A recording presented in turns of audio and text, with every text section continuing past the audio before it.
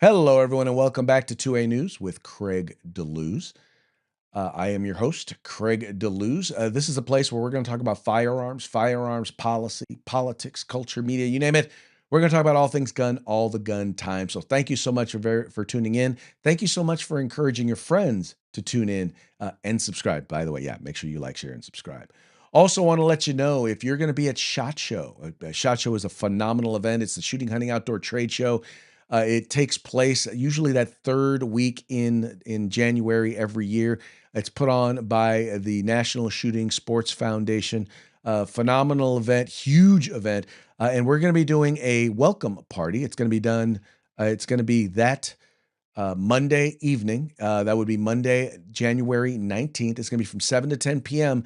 at the Hofbrauer House. And we've got a number of different folks who are going to be hosting and sponsoring, but primarily it's being put on by the folks over at Arms Room Radio, by 2A News, and The Rundown. And then, as you can see, there's a number of different sponsors there that you will recognize. So if you're in town or you can be in town, this is a free event. Once again, would encourage you to come on out. There will be hors d'oeuvres. There will be plenty of beer and plenty of swag to be had. So once again, if you can make it, please do. We would love to have you join us. All right, let's get into today's topic, and that has to do with open carry and a recent decision by the courts here by the Ninth Circuit Court of Appeals dealing with the issue of open carry in the state of California.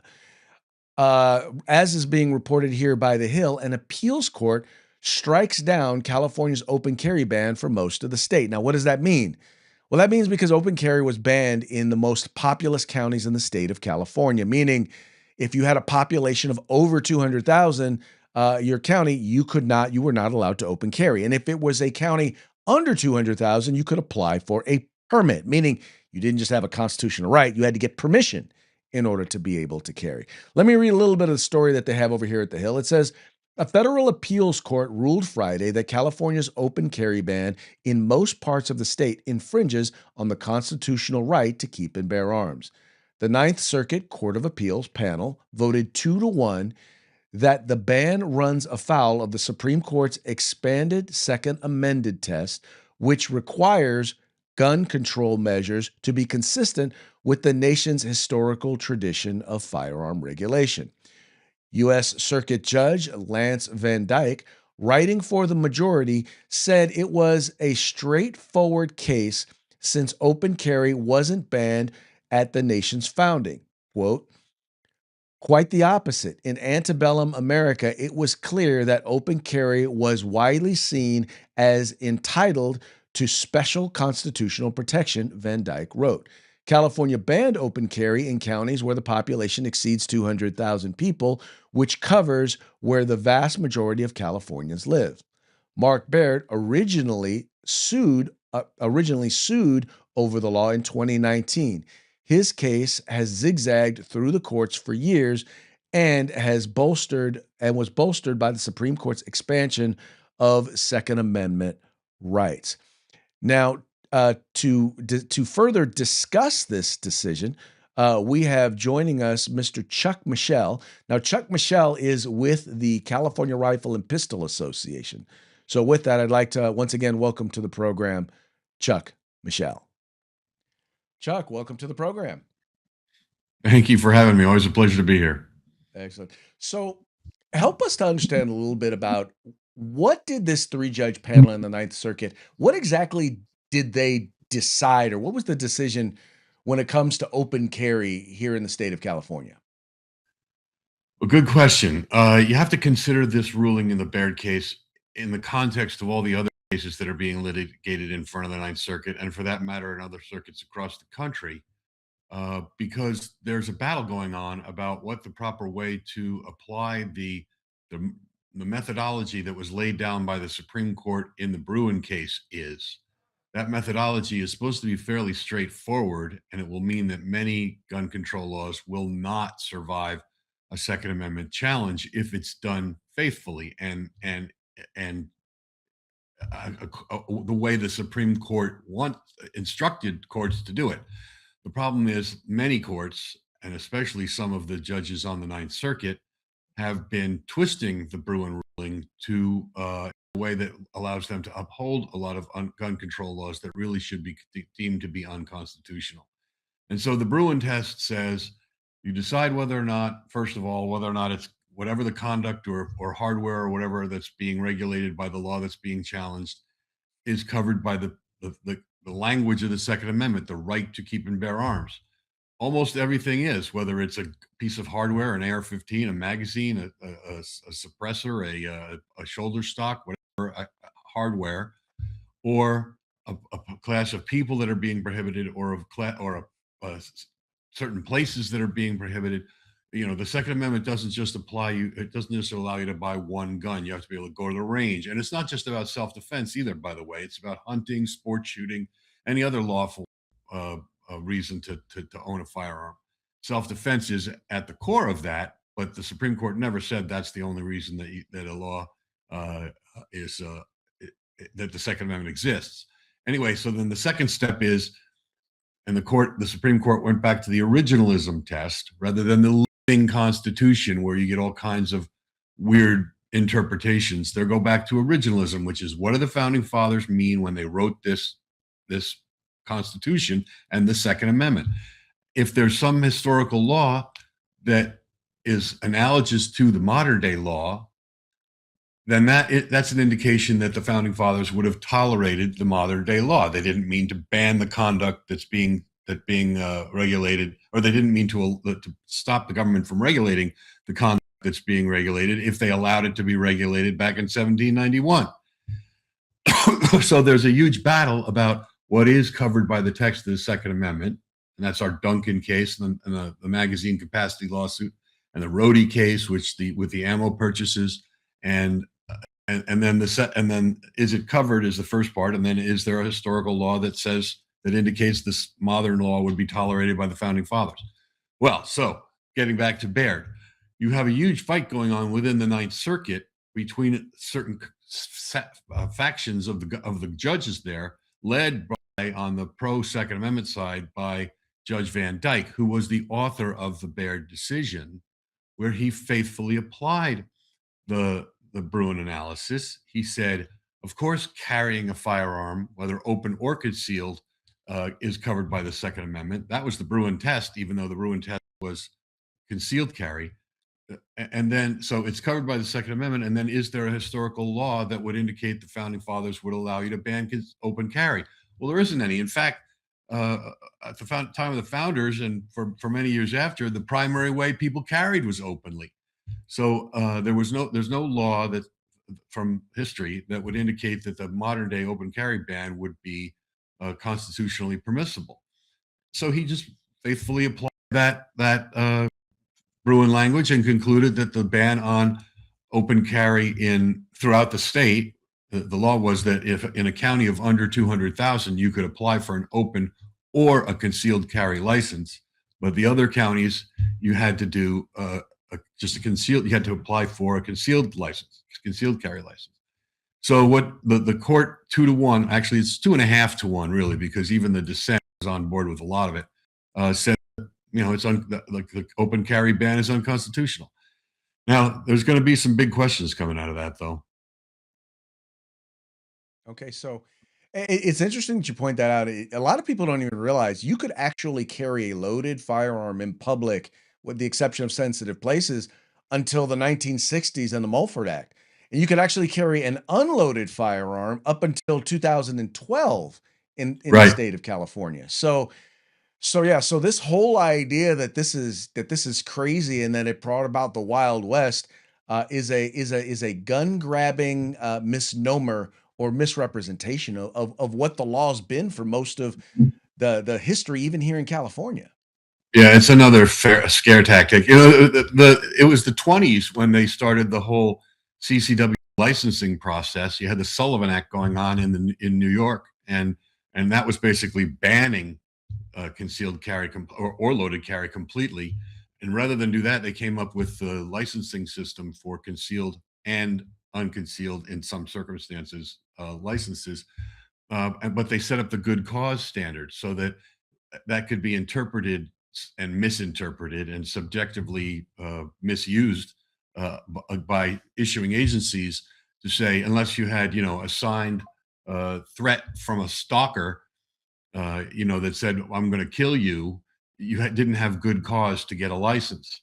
That evolved when the CRPA did the Peruta case, even though we lost eventually uh, en banc, which started the whole en banc Ninth Circuit's en banc shenanigans, where you win at the three-judge panel and they take it up to the en banc panel and then you lose.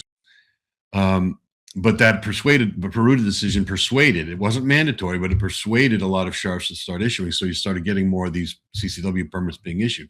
But the interesting thing and the telling thing that really reveals what the games the state is playing, since the 20s, none of these places that the state is now declaring to be sensitive were deemed to be sensitive. If you had a CCW or an open carry license, you could carry there. There's never been any issues with that for 100 years. But now they're declaring that those places are sensitive, and so your license, whether it's a concealed or open carry license, is not valid in those areas, which is just another way to try and dissuade people from going after a license, whether concealed or open, to carry, because it takes so long, it costs so much, and it's only good in certain limited places. So, but that's part of the game. That's what we call the blue resistance. And this is part of the CRPA's reckoning project, the CCW reckoning project, where we're going jurisdiction by jurisdiction, hammering those jurisdictions to issue quickly and cheaply, so that the right to get a license is available to everybody.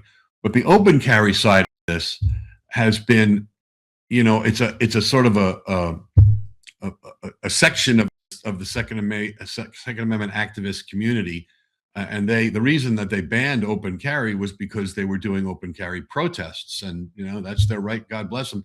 But they were showing why the California's laws should be scrutinized. This was before Bruin, and so it's always in response to something like the Mulford Act or the ban on loaded carry was in response to the Black Panthers marching on Sacramento. Even Ronald Reagan signed that law. So it's those things happen, and then the legislature responds by trying to clamp down on it, even if it's unconstitutional the way they do it.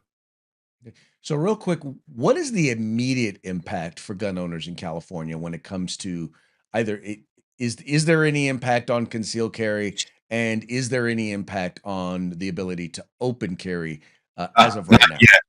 Not yet, because the mandate has to issue. It's just an opinion right now. It's not final. And the state will definitely appeal this to the en banc panel, like they do in every case they lose, and they're losing more and more at the three-judge panel, especially when you get a panel with Judge Van Dyke and some of the other Trump appointees on there that recognize that actually do what Bruin told the lower courts to do. So we'll see what happens en banc, but for now, the ruling is not final. The more important to me, the more important impact that this decision has is that it's another case, a three-judge panel case, where the court faithfully applied Bruin. That's the larger battle that's going on across the country. That's one of the questions that should be answered, hopefully, in the Wolford case that's in front of the Supreme Court, or the Harmani case on marijuana use and prohibiting people from owning guns if they use marijuana, that's in front of the Supreme Court. If the Supreme Court takes those cases, and maybe some others, Duncan is still up there on the magazine ban, and I think there's 30 other cases that are asking, Second Amendment cases, that are asking the Supreme Court to review the lower court's decision. Ultimately, the Supreme Court really needs to make clear, it needs to kind of slap the lower courts around a little bit and tell them, stop misapplying, mischaracterizing what we said in Bruin, and get real and do what we say, because we are the Supreme Court. What we say goes. Well, I thought one of the things I've always said was interesting, in particular when it comes to sensitive places. Justice Thomas made it a point to talk about, look, you can't just make every place a sensitive place. And it was like he was literally foretelling what he knew they were going to do, and yet they've been doing it anyway. And he said a licensing system is okay as long as it's not abused by taking too long or costing too much, and that's exactly what they're doing. So yeah, it's very frustrating. And I know, believe me, I know how frustrating it is for people who watch too, and the people who donate to the CRPA, support CRPA, other groups. I mean, it takes a long time, but we're on the cusp of I think, a breakthrough. We sat for 12 years after Heller before we got Bruin, and now we've sat for almost 3.5 since Bruin came down. Uh, we're we're going to get another breakthrough ruling from the Supreme Court. They know the majority of the justices are well aware of how they're being disrespected by some of the lower courts, and they are going to set things right.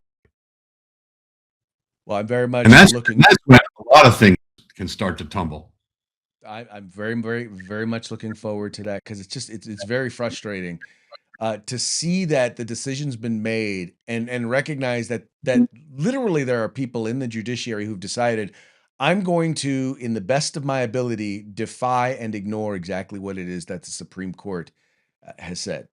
Exactly. This was when Judge Reinhardt, who used to sit on the Ninth Circuit, was asked, "How can you keep issuing these rulings?" He was a notoriously liberal judge. How can you keep issuing these rulings that are contrary to Supreme Court precedent? He said, "Well, they can't catch them all."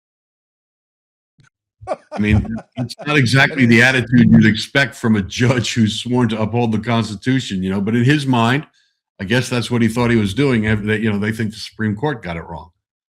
okay. Well, a lot of our audience, at least in California, knows about CRPA. Why don't you do me a favor and just tell the rest of our audience, the national audience, a little bit about CRPA, about the work that you do and how they can be in contact, follow that work, and support your organization. Well, thank you for the opportunity. CRPA has been around for 150 years. It's one of the oldest civil rights organizations in the country, focusing on Second Amendment rights. But also, it's a full stop shop. It's we do all the programs, the juniors programs, shooting development, competition, matches, hunting and conservation. I mean, we have so many programs that beyond the Second Amendment litigation program, which is one of our biggest right now. But you have to actually get people into the shooting sports if you want to have people appreciate how much fun and you know enjoyable being in the shooting sports can be. Not only and also be aware of the politics of this and how distorted the Sacramento politicians are when it comes to this issue. So we do training. Basically, just like I said, full stop shop. We do it all. Litigation program is huge. We have about a dozen cases going on across the country right now. We've actually mostly in California. We do amicus briefs across the country. If you count amicus briefs, there's probably 20 more. And then we're very involved and formed the Hunting and Conservation Coalition, which is all the hunting groups coming together to combine their lobbying influence in Sacramento. And we have a full-time lobbyist in Sacramento who's doing a great job. The deck is stacked up there, but we're still stopping a lot of bad laws from passing in Sacramento. So we do it all, and if anybody can, by the way, even if you're not in California, you should think about joining CRPA at crpa.org, because the stuff that starts here, it's not like it accidentally drifts across the country on some prevailing wind. The gun ban lobby spends millions of dollars. I call California the moldy petri dish of the laboratory for gun control laws. They spend millions of dollars developing these laws here and in Illinois and in New York, the other battleground states, and then pushing it to any state where they can get a foothold. Even some of the red states, certainly the purple states, they will come. So help us, stop this stuff before it makes its way out of the poison Frankenstein laboratory in California and comes to a state near you or a city near you. But CRPA.org and the lawsuits that we're doing are also setting national precedents, not just California specific. There's hardware cases, there's the banned guns, banned hardware, banned people, banned places. Those are the three main types of laws that impact Second Amendment rights. And if you get a win here, now that it's a national game, if you get a win in California, it applies nationally. If we get a win someplace else, it applies in California. So it's a national game. and CRPA is playing it. We're right out in front. I could not have said it any better myself. The being in California, it's like every bad idea that I see happening nationally was proposed at one time, and in some cases is law here in the state of California. So, fighting here in California, you guys know all of the arguments that are going to be presented already. You know all the lies that are going to be told. You know all the arms that are going to be twisted. So having someone who knows the playbook is quite helpful. So, and by the way, if you can support it before it becomes a national thing, kill it in the crib, for lack of a Yeah, better term. I think that's a phenomenal idea. Chuck, thank you so much for coming on the program. Hope to have you on again real soon. always a pleasure, brother. Anytime. All right, well, that's going to be it for this episode of 2A News with Craig DeLuz. We very much appreciate you tuning in. We appreciate you liking and sharing the program and encouraging your friends to do the same. We'll be back another time. Same bat time, same bat channel. Y'all have fun. Y'all take care. Talk to you again real soon.